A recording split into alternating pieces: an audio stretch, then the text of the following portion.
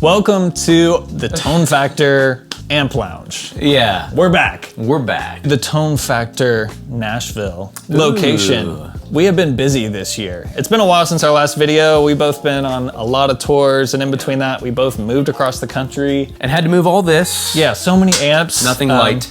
Nothing light at all. But we're here for a very special reason. What are we announcing? Our V2 XR captures with Tonex. Yes, we've been working on these A long time. Yeah, a long time. All summer, and then, you know, a few months ago, Tonex released their version 2, so we were like, oh, we gotta check that out. Well, and we developed our whole process and we were about to roll it out. Then the V2 software happened. Yeah, which is a huge improvement. We're gonna talk all about it. Right. But we have been, you know, capturing and beta testing over and over again, and we are so excited. I just used some captures at State Farm Stadium Which was for crazy. first time, and they sounded great. These are definitely the most versatile captures I've ever felt and experienced, and I mean, I can't, on certain occasions, I can't believe that it's not, I can't believe it's not butter, man. You know, it's just, it does the thing, and it feels great. It's so convincing. It legitimately is the first platform where, you know, if either of us are on a fly date or we can't bring real amps, kind of like this event I just played, Yeah. I'm not flinching or, you know, worrying about it too much with these captures. And this is version 2 of the Tonex software, which I'm sure you've seen videos on the new enhancements. We're gonna bullet point those and talk over them. And just version 2 of our packs and the way we format them. And we have some exciting new changes to the way that we are capturing our amps and our packs. So before we get into the rest of this video, giving you some tips and describing what's in our packs and the V2 update, let's hear some of our favorite stereo pairs of amps that we actually use and tour with. So what amps are you gonna be showing? Yeah, so I'm gonna use the JMI Capture Gain 1, and frankly, I'm just gonna use normal for now. That's probably what I'll aim to use on a regular basis, unless it's a special case scenario and I wanna use enhanced or something. But I'm gonna use the JMI on the left and the Blink and Chip on the right, both Gain 1. There may be some occasions where I use 2, but for now, 1's been feeling perfectly versatile for me, where I can get all the cleans that I want, but if I push it hard enough, I can rage, and it feels great. So. I'm gonna show my classic pairing, which is AC30 G12M greenbacks from the 90s and a Fender Prosonic. And I'm gonna use Capture 1 and the Top Boost variant, which I've been liking, just that slight clarity and low end boost on them. That's what I used the other day when I first played them live and really liked it. Sick. So let's hear them.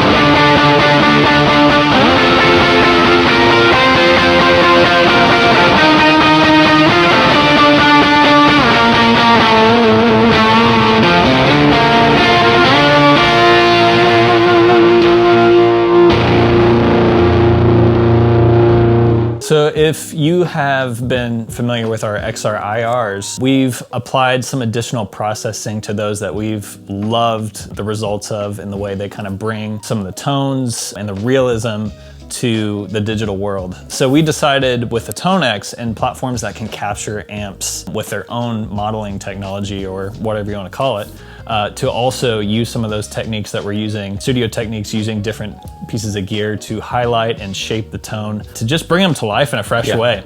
So we're including we're calling them XR captures. Right. So instead of XR IRs, XR captures. It's cool, why not? Yeah. You know? So we're gonna include a normal capture, which is pretty much just the microphone into a preamp, our preamp of choice, and it's just the way that's picking up the amp. Then we're also including an enhanced process, which is similar to our XR IR enhanced IR, which just brings a little more realism. It's almost like turning the sharpening up if you're editing a photo, you know? It brings out texture, it brings out detail. There are things that I feel like that I try to apply on my actual amps when I'm recording at home, and I feel like the enhanced captures alone kind of embody that. Without needing processing in post. You can change to those and it gives you that. That's kind of... they get a little more like 3D and I don't know. And then we're also including a top boost capture, which is similar again to what we've included in our XR IR packs, and that just kind of lifts the air on the clarity on the capture and the low end a little bit. Just kind of expands and some enhances. slight tailoring. Yep. And then we also have a new process that we're introducing with this called mid shift, and it is just a technique we found to kind of shift around the mid range a little bit. That way you can fine tune, you know, depending on what amp you're playing or listening to, or the speaker. There's certain instances where you might want that mid-range to shift a little bit. So it's another really valuable sounding capture. We were testing it, we're like, should we include this? And we're like, yeah, it sounds really cool. The best description I think I could give to it as well is like, it's not something to do with top end, as most of our other forms of enhancement are doing. It is very much so a mid-shift enhancement. So it gets clearer in different ways from the mid-range. So what you might find on a cleaner capture is it feels really percussive, and it kind of opens things up in a clearer and different way. And so you might like it more for like certain gain captures. You might like it less on certain gain captures, from 1 all the way up to 6, because we have 6 different gain captures now. They bring out different exciting things from all the different EQ variants across the different gain variants as well. For each amp pack, you're gonna get a total of 24 captures. Again, so we're doing 6 different gain variants of breakup. So you have all the way from clean to like barely breaking up to breakup to little past breakup driving the amp, and then further beyond that where the amp is basically just your dirty amp that you're using as a drive, you know?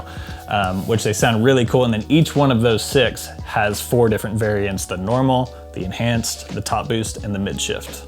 Now I know we're gonna get the question, yeah, but like, which one do you actually use? How do you actually dial the amp? Like, once again, that's a question that's already come. They're not even out yet. I would say both of us probably bounce between 1 to 2 range. I feel like we found the sweet spot of gain. Yeah, the 1 or 2 captures. Not changing dials on the Tonex is here, but an hour number system, 1 or 2. It's kind of like edge of breakup, clean side, like you can kind of accomplish both. You can also get a variety of results based on even cleaning up the gain on the Tonex if you want. So things like that, we find our sweet spot somewhere in those 2. Also, input trim is a big thing. You might be asking, why don't you just include 1 capture your amp, and then you can use the EQ on the Tonex to tone shape? Yeah, good question. And that's a good question. And we honestly, well, me personally, I think the Tonex EQ is one of the most usable modular EQs that I've encountered. I agree. I think its EQ points are very useful.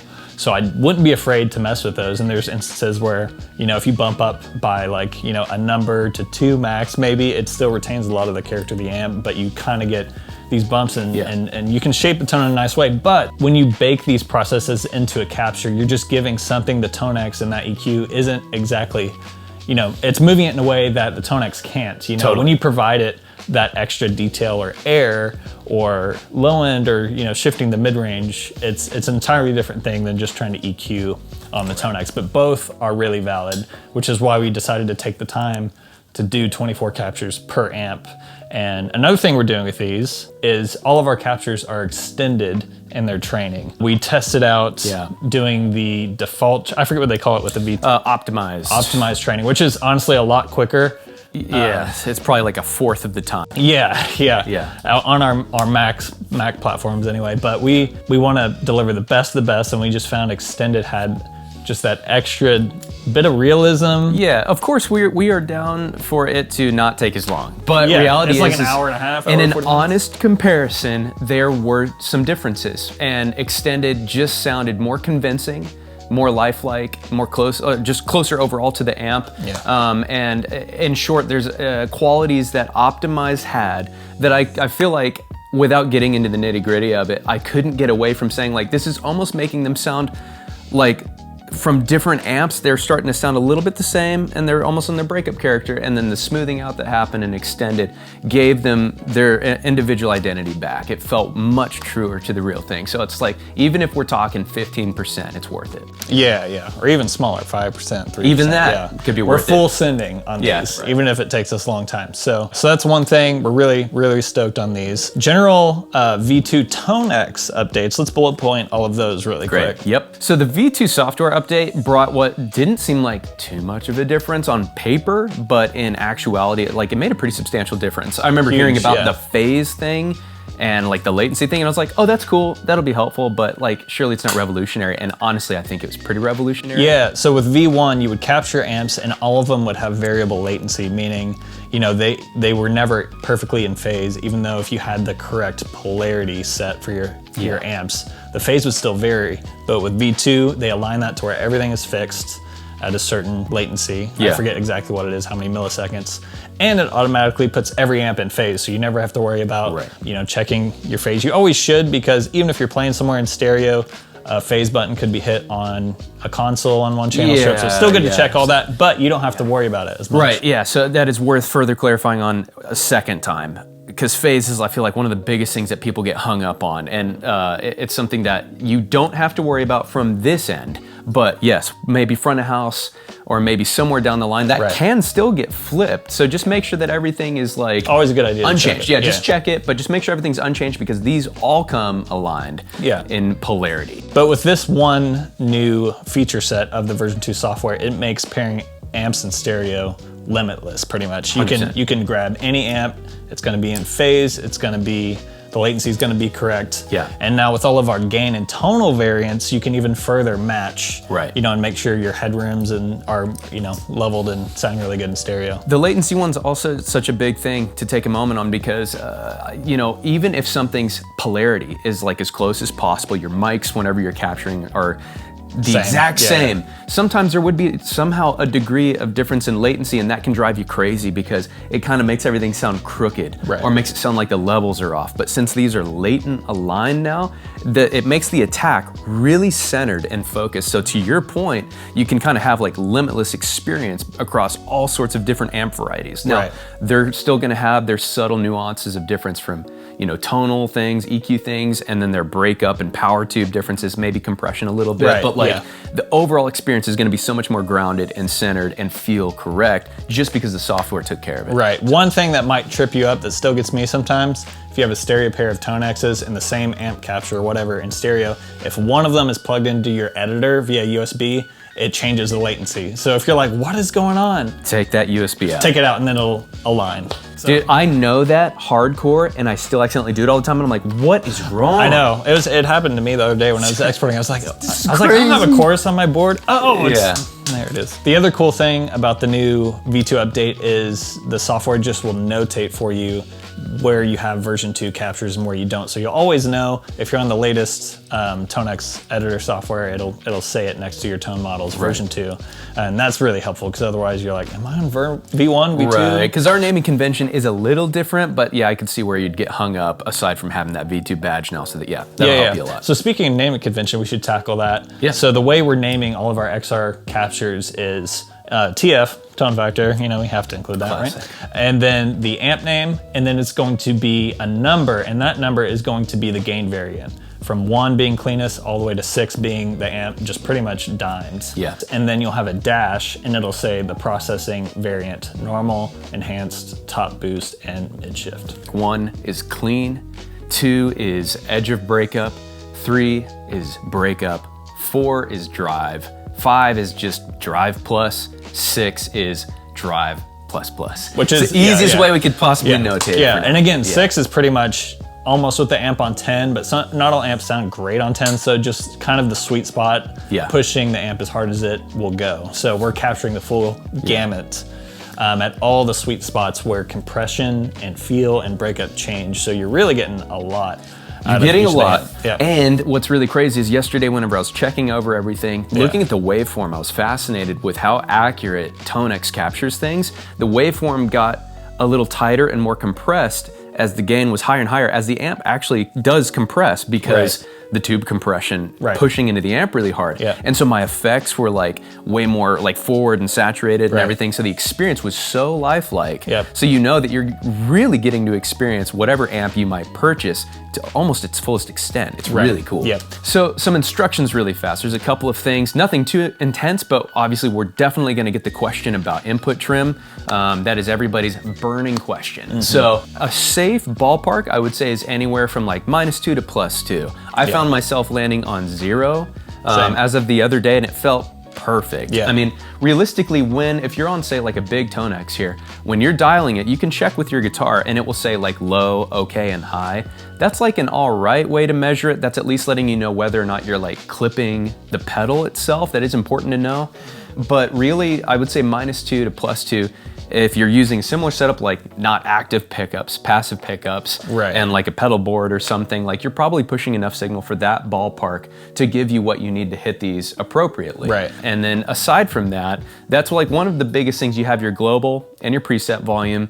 My encouragement, honestly, run everything at 5.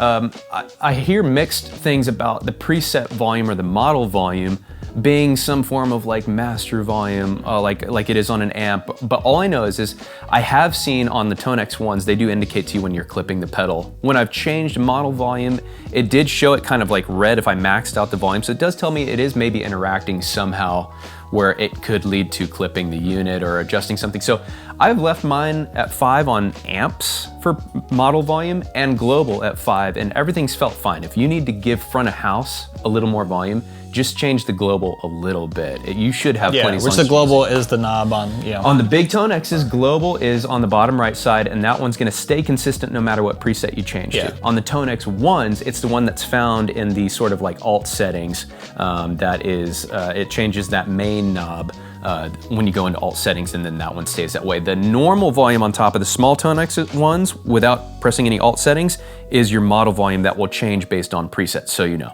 Little things like EQ as well on the Tonex's, everything is just set on 5. Nothing's changed. It is the way that we capture the amp. So if you're confused on like, man, this sounds crazy, set all your knobs back to 5, and that's at least neutral. But you can change from post or pre EQ, which means if it's pre, it's pushing all of those EQ changes into the front end of the amp. So that means like if you boost treble, if it's pre, it's gonna push that harder into the amp, technically causing it to break up a little quicker. If you have it set to post, you're just kind of making these broad EQ sweeps like you would be in a DAW, where you're just kind of coding and EQing and changing the amp after the fact. It's not gonna change the amount of volume pushing into the amp. Something else that's actually good to keep in mind too is you have a depth and presence knob. Depth, from what I recall, is changing somewhere around like almost like 100 hertz. It's like a low bell bump that just kind of changes like a rumble and body, almost like it would be on like a 412 cab or something. It hasn't necessarily been on like a helpful deep low end change that I'd necessarily use. You can go in on your EQs and you can change the EQ point that it's modifying. If you plug into the app or plug into your pedal, go onto the app, you can change the point that your EQ is actually affecting, which is cool.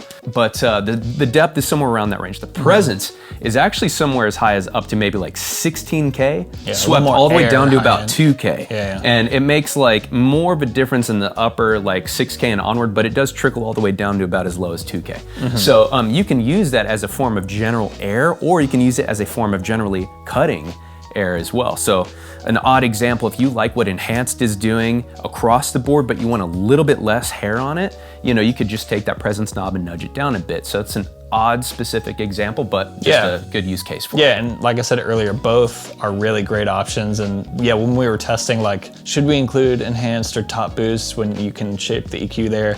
Again, it was just giving something different that, you know, the EQ on that wasn't exactly not moving gonna those be the points. same, Yeah. yeah. But both are useful. So Right. all to say, a lot of options and ways you can tweak the tone, tailor the tone. So Only other thought remaining is, you know, you've got other things like noise gate, compression, all that stuff. We have not used any of that. All of that is off, and these are just set up flat. You could experiment with them. we don't use them. We don't really. use them. Yeah. I've dabbled a little bit with the compressor, and it's like you could kind of get it to feel great, but if you've got the ability to just do it in post on your DAW with a little, you know, better compression option, it's probably gonna suit you better. All right, sweet. So I've got my guitar, I've got my pedal board, we've got the Tonexes.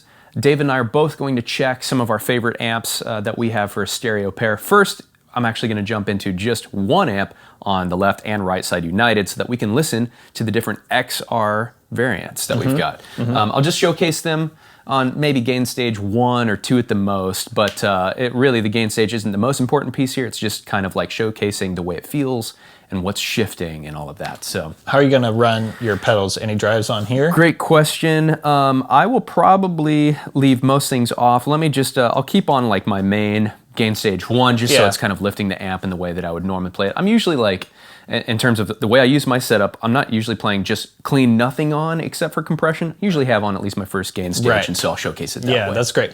One of the reasons I was pointing that out, and this is good for you when you check out these packs, is sometimes when you're playing clean, it doesn't give you the full picture of detail, but when you start adding drives and boosts into the Tonex, Right. the changes in the detail between the XR variants or even gain stages become more evident Right. in what they're doing. So Because the amp very much does still have a degree that it kind of ebbs and flows based on the way it was captured. Yeah. The Tonex in the capture process does push volume into the amp in and out, so it does know how it's meant to, like, you know, clean up and maybe certain EQ points change, and then whenever it pushes the amp harder, EQ points expand. And so yeah, like David's saying, you're gonna hear maybe things that are boosted in top end kind of bloom a little bit more. Yeah. So, all right, so first things first, this is my first, I'll actually just turn off my first gain stage, show it for a second, just with like clean and compressor, and then I'll turn on my first gain stage and we'll start to move through all of these here. So.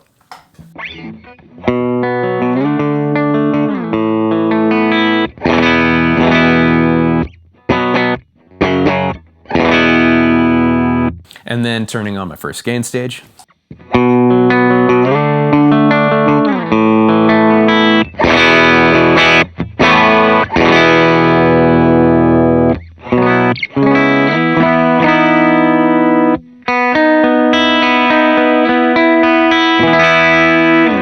Great, now let's jump over to enhanced and just kind of hear some of the same things.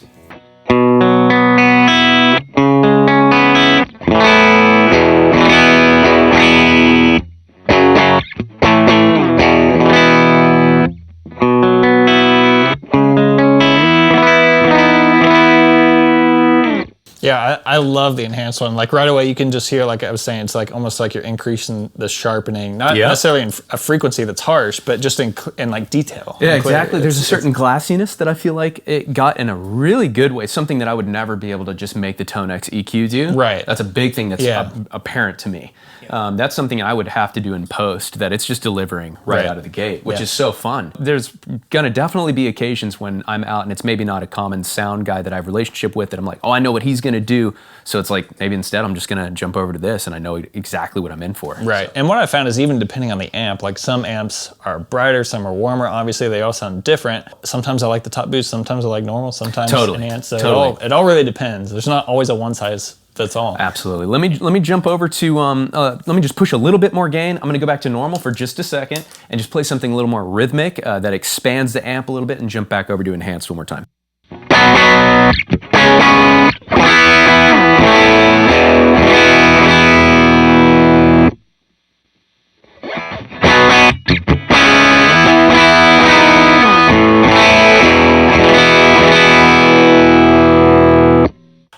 Yep. Awesome. Just further expands the Yeah, exact same yeah. things we were talking about. So let me go ahead and go back down to just my first gain stage, and let's hear mid shift.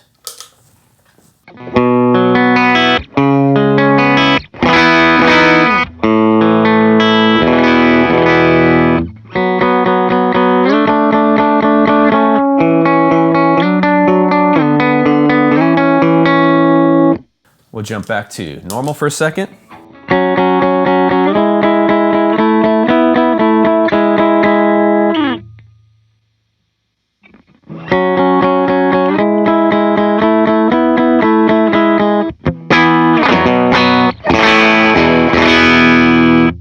back to normal.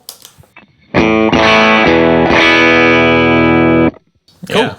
Again, another really useful option. It just, you know, does what it says. Mid shift, Exactly. changes the clarity. They're both good. It's just what do you need? What do you need? Context, And the feel changes as well. I mean, that's something that was very apparent to me. Like I was saying, there's percussive aspects that are drawing out more in the mid shift. That also, whenever you start to turn on wet effects or whenever you start to push the gains more, a lot of those differences once again start to really show themselves as well. Yeah. But great. Let's go. We're on normal. Let's jump over now to top boost and listen to that, and we'll kind of go back and forth as well.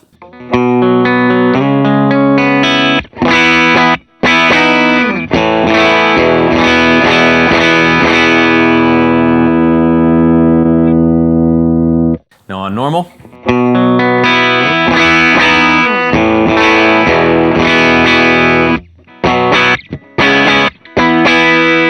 Let's turn on the higher gain stage.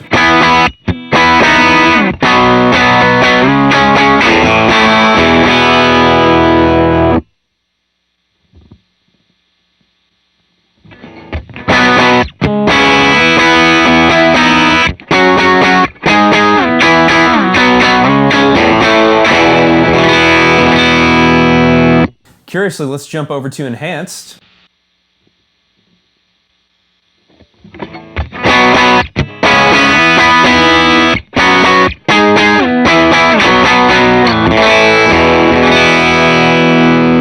What I'm noticing right away is the difference between enhanced and top boost for sure. I mean, I know what we did, but the difference even in like what I'm hearing right away is there's a little more mid-range that still remains intact and enhanced, but it just kind of adds that glass, it adds that enhancement and sharpening. But top boost really does seem to like expand the lows and highs, making them more apparent. So the mids kind of nestle a little bit more, which is a really cool variety of options that you have. So if you have a more mid-rangey guitar, it's kind of expanding those lows and highs for you to have that extra option. So those are the XR variants, and again, we really love the way all of them sound, super useful and offering great variety in your packs. Again, to be able to tailor different amps, pair in stereo, or modify EQ just on the capture itself. So now let's take a moment to jump into our different gain varieties. And the way we'll structure this is I'll actually just play on my favorite amps. I'll throw in maybe like a couple of light effects, and then I'll put my JMI on the left ear and then the Blankenship TwinPlex on the right ear. And we're just gonna do the EQ variety normal, just to keep things flat, and then I'll just go from 1 up to 6, and we'll listen to what that's doing. Okay, so for this, I've got on my overdriver, which let me show you what that's doing in gain so you have an idea, especially since this is gain related.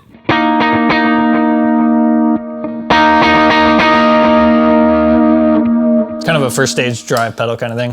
First, almost second-ish. So it's gonna help push this like really clean amp that we're using on gain stage 1.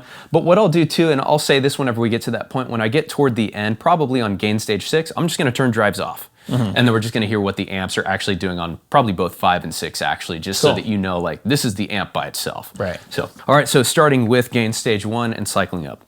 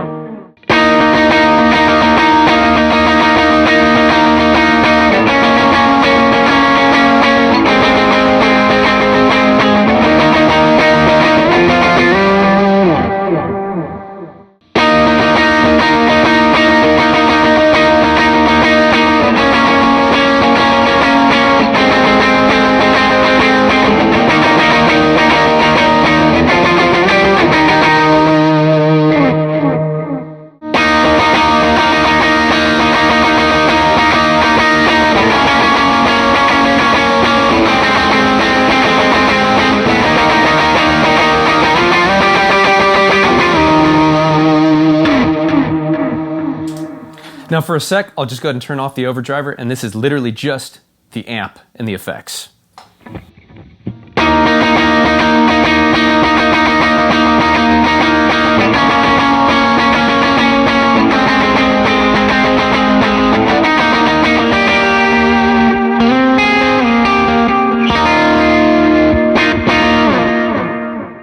All right, so first we'll put the overdriver back on for gain stage 6 here.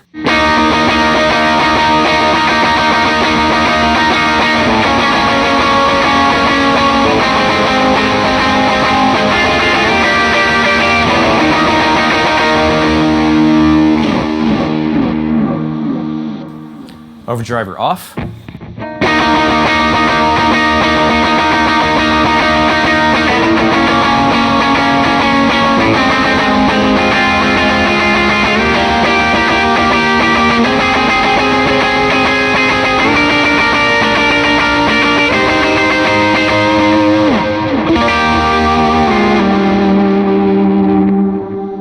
So plenty of gain on top, man. I mean, it's like I was saying, the compression piece is so fun. You hear all the effects just shoot forward, get saturated, all this stuff, but plenty of gain on. And all these effects are running, you know, straight into the Tonexes. We're not using effects loops right now. Obviously with amps, you know, like these metal ones or higher gain stuff, you'd want to do that. But that's part of the flexibility of the Tonexes though. You could just throw it right before your effects pedals. Exactly. Super easy. Those last captures are pretty much the amp like volume dimed, maybe backed off a little bit to where they just don't sound like they're exploding, but you know, really usable gain and the full gamut of the whole amp. So all those gain stages, like I said earlier, are super useful when you're trying to match amps that have different, you know, headroom. Some amps, you know, you can push the input of them and they have bigger headroom there. Some of them, you put a boost in it and they hit that ceiling really quick. Yeah. Not even talking about speaker breakup, just the circuit itself. So some of these gain variants, you might find that, you know, 1 or 2 on 1 might match with 3 or 2, you know what I'm saying? It might not be a 1-to-1 all the way up, but that's where you can experiment with the way they're breaking up and the way the EQ is. So one thing to keep in mind that you can do as well is you can work the gain knob a little bit. Obviously we didn't do that at all here. We just cycled between our different actual amps and their gains being changed in the capture process. Right. So one thing that you can definitely do is grab, say, one of the slightly more aggressive captures, like maybe you like an in-between point of 1 and 2. So you can take number 2 gain capture and you can turn the gain down to like really whatever you want. The thing that I would encourage is if you bring the gain down a little bit, it's gonna get a little quieter. So you could take your master volume here and you could just turn it up a little bit to get it to hit about the same point as you need. You could always communicate with front of house or just at home check your DAW and your preamps and just set your gains to be about the same, but it's just gonna get a little quieter, but it will actually clean it up. And another thing that you might notice on the slightly more aggressive captures, depends on the amp as well and what qualities change whenever the amp is gained up. What I notice on the JMI is whenever it's a little bit more aggressive, the lows and the highs expand a little bit. So if I go to my slightly more aggressive captures and I gain them down, the EQ properties stay kind of the same, even though it cleans up the amp. So you might just notice that the mids aren't as forward as they were in gain stage 1 whenever the lows and highs weren't as hyped. And so it's a subtle difference, it's a subtle change, but it's all usable option. Exactly. Another thing to encourage too is like, let's say hypothetically you are limited on the amount of drives that you have. You can always take a slightly more aggressive capture like a 3 or a 4 or higher. If you just have one good drive pedal on your board, you can just work your volume pedal. Obviously I showed 5 and 6 gains with cleans, no drives on, and it was still slightly more aggressive. I could play lightly and it will still clean up. You could even roll your volume knob down on your guitar and still accomplish once again a huge variety of tones. So I think that's enough for this video. If you've liked what you've heard, which I'm sure you have, hope you have. Yeah, I do. Go download these on tonefactor.co right now. They're up there and we can't wait to see these captures in the wild. If you wind up making a post using these, feel free, please tag us at Tone Factor, myself, David, individuals. And we would love to share it as well and showcase how you're loving them. Yes. And this is obviously only the beginning. This is just what we were able to essentially rush out before we had to continue on with life and tour and stuff. So we have a huge list of what we plan to accomplish. Yeah, a lot of that is definitely inbound. Many more to come. Many more to come. Also, something new and exciting we have been working on. We wanted to have a space for us to connect with you guys who are checking out a lot of our stuff. We've tried different platforms, but Kenyon has had great success using Discord for building a community group. You know, we both tried the Instagram thing and different Facebook groups, and those are still great, but Discord has an app, you can download it, and there's just so much flexibility with what you can do. So we are gonna be launching a Tone Factor Discord where you can interact with us, other users and guys and gals who are using a lot of our captures and presets. And we're gonna do a lot of fun things, giveaways, do some live streams in there. We'll start to upload content. other videos and different kinds of content in there. Yeah. And Discord felt like a really good one because it's something that can be easy, that you can just open up an app. There's not a bunch of different things you have to load into or get into. You can get notifications for things or people in the community that you're talking to. It's just a much easier hub to keep everybody connected and stuff. Yeah, so if it's not out yet, it will be soon, and we will link it in the description below. So go ahead and search for it, and it might be there now. Go check them out, tonefactor.co.